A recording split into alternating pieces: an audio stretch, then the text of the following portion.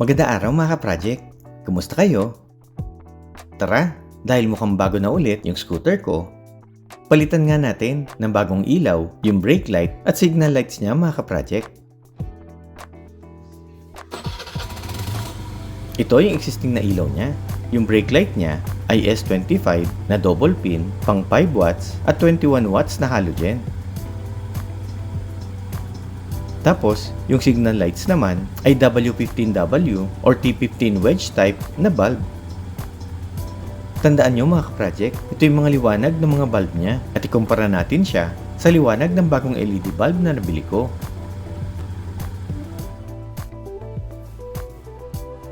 Ito na siya mga ka-project. Tara, tanggalin na natin yung brake light cover.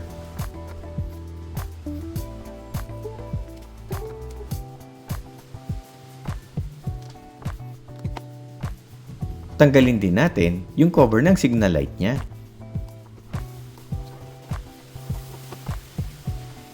Nako, ang dumi niya pala mga ka-project.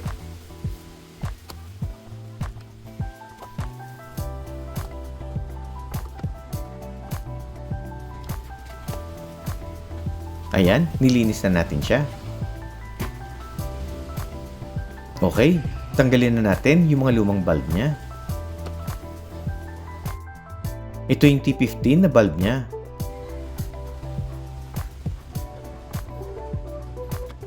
At ito naman, yung S25 double pin para sa brake light niya. Konting punas din sa reflector niya para malinis.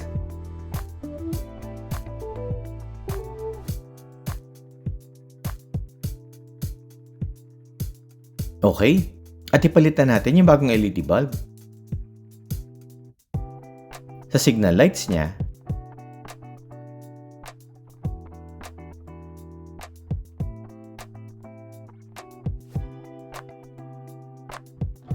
at brake lights niya.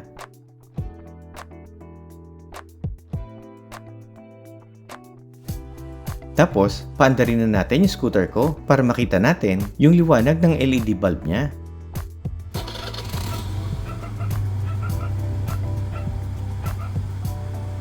Uy, mukhang malakas nga yung ilaw ng LED brake light.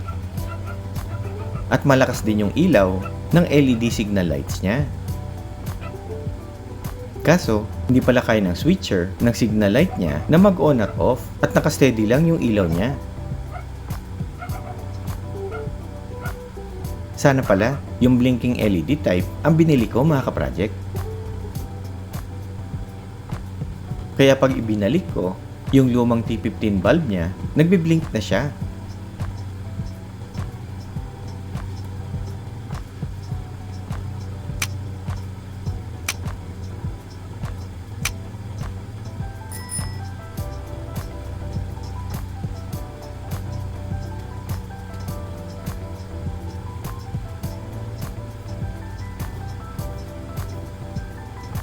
Ngayon naman, subukan natin yung lakas ng ilaw ng LED brake light.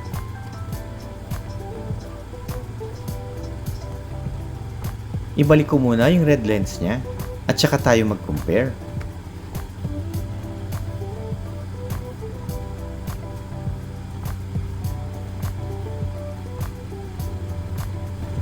Kapag naka-park light mode siya, medyo mahina yung sa LED. Pero pag brake light na, medyo mahina din yung ilaw niya. Naku, sayang yung mga nabili kong LED.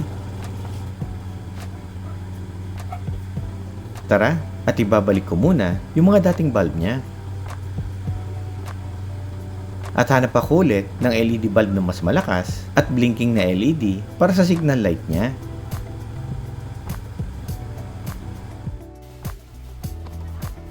Di bale, hindi naman masasayang itong mga LED bulb na binili ko. At baka gamitin ko siya sa car ko.